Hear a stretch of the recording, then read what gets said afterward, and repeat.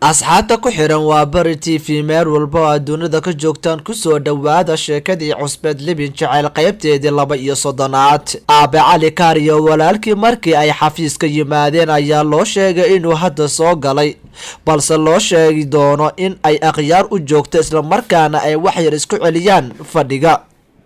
warsame dhagaweyne markii loo sheegay in odayaal sugayaan ayuu markiiba ku yiri soo daaya, waxaana akhyaartii loo sheegay in ay gudaha u galaan. markii ay u gudbeen ayaa sidii dhaqanka u ahaa la is salaamay, waxaana akhyaartii lagu casuumay fadhiga. markiiba ay fadhiisteen oo uu warsame cali ku yiri maxaad cabbaysaan, balse waa ay ka cudur daarteen. sidiina ayaa hadalkii lagu galay, waxaana hadalka furay warsame cali oo ay isaga la ahayd in ragga uusan aqoonta u lahayn ee u yimid ay sadaqo aruurinayaan, maadaama ay caadi ahayd in dad sidan oo kale ay inta badan suuqa soo galaan shirkadaha waaweyn oo ay dad dhibaataysan wax u aruuriyaan. markaas ayuu ku yiri warsame cali, haya akhyaari soo dhawaada, maxaad saaka sidaan oo aan idin qabtaa? cali kaar, maasha allah, waan kaaga mahad celinaynaa soo dhaweyntaada. magacayga waa cali cusmaan,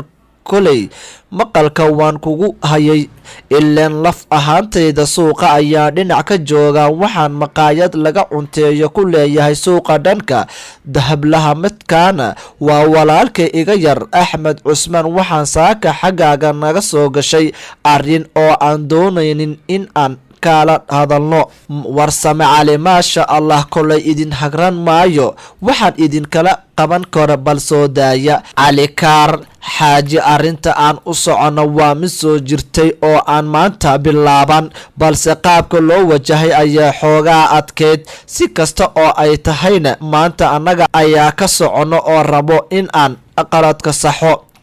warsame cali, laakiin weli idinma fahmin. cali kaar, gabadhaada falis wiilka ay isa soo mehersadeen ayaan aniga dhalay, xaalkaas ayaan kugu soconaa. aabe warsame oo markan xaalka fahmay ayaa inta uu fadhiga si fiican isugu toosiyey ku yiri warsame cali kaar, kolley gabadhii meher xadeen, haddana idinka ayay idin jirtaa oo ay gurigiina idin joogtaa. ma filayo in aniga aad ii baahan tihiin.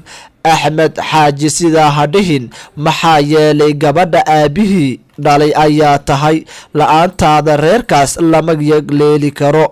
warsame cali, mar haddii gabadha weli la-aan la iska mehersaday, maxaa aniga la iga baahan yahay? kolley falis falkii ay samaysay ciddii doonta ha kula jirto, laakiin annaga iyada waa naga dhimatay. cali kaar, sidaa ha dhihin, waana ku dareemi karaa, maxaa yeelay anigaba aabe ayaan ahay. awlaadeena waxa ay qaladaan kuwii sixi lahaa ayaan nahay. xumaantii laguu geeyey waxaan ka wadnaa xaalmarinteeda. waana fahmi karaa in gabari aan la mehersan karin weligeeda la-aantiisa. waxa ugu weyn ee aan halkan i keenay ayaana ah in aad meherkaas noo idinto. xataa diyaar ayaan u nahay in gabadhii iyada qabto aan kugu soo wareejino. intii gabar laga dhibana aan ka dhiibno, gurigaaga aan ka soo guursan. warsame cali, si kasta walaalkay, xaalkaas aniga marnaba ma doonayo in aan sii falanqeeyo, hana iga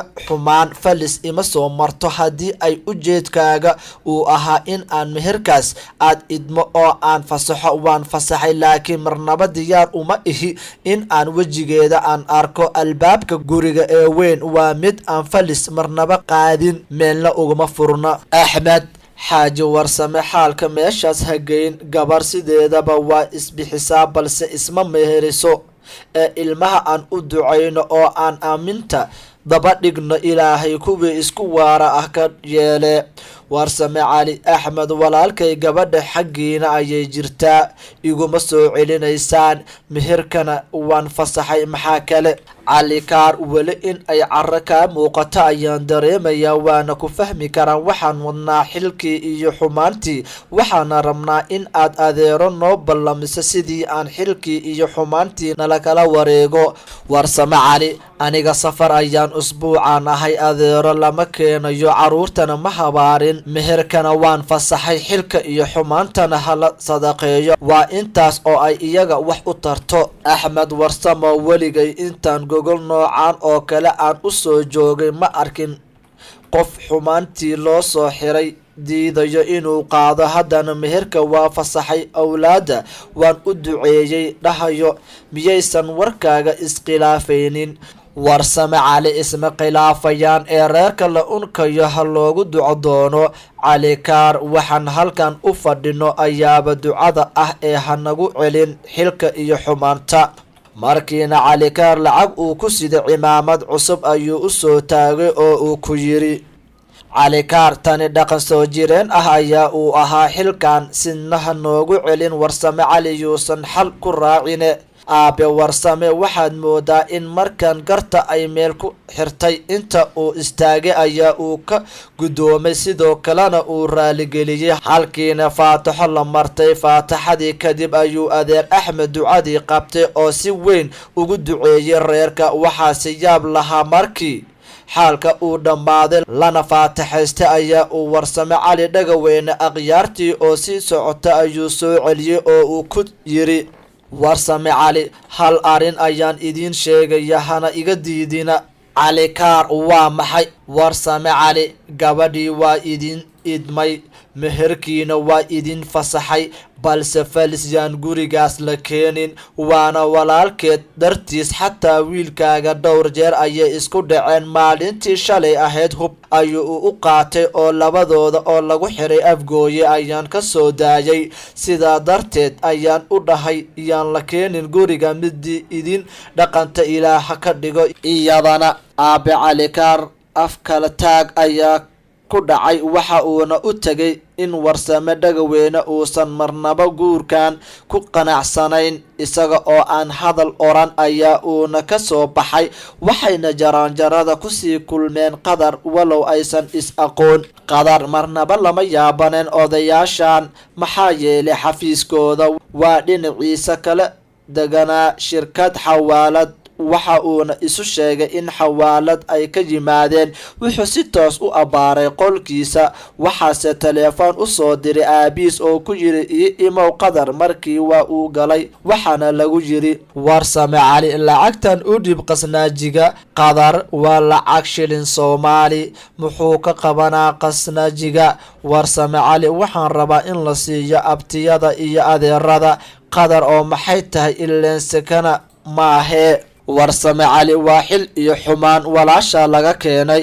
Qadar mar keliya ayaa wejigiisa isbedelay oo uu ku yiri, Qadar, aabe sowtu ballan lahayn, maxay tahay lacagta aad qaadanaysid? ma aniga lacagtooda u baahan? wallaahi aabe waana karaama tirtay. Warsame Cali, maya aabe, waxba ha u arkin, maanta ayada ayaa kaa shalay badan. waxna maskaxdaada ha isku mashquulin. waad ogahay in adiga aad tahay rajadayda. gabadhaas go-aan ay iyada qaadatay ayaan u daynaynaa, mana daba soconna, mana nagu soo noqon karto. ee berri ayaan wacayaa adeero iyo abti oo la siin doonaa lacagta. Qadar, haya aabe. Qadar keligii ayaa uu ciilka dilayay. inta uu lacagtii soo qaaday ayaa uu si xanaaq ku jira ugu tuuray miiskii qasnajiga shirkadda oo uu qolkiisa ka galay.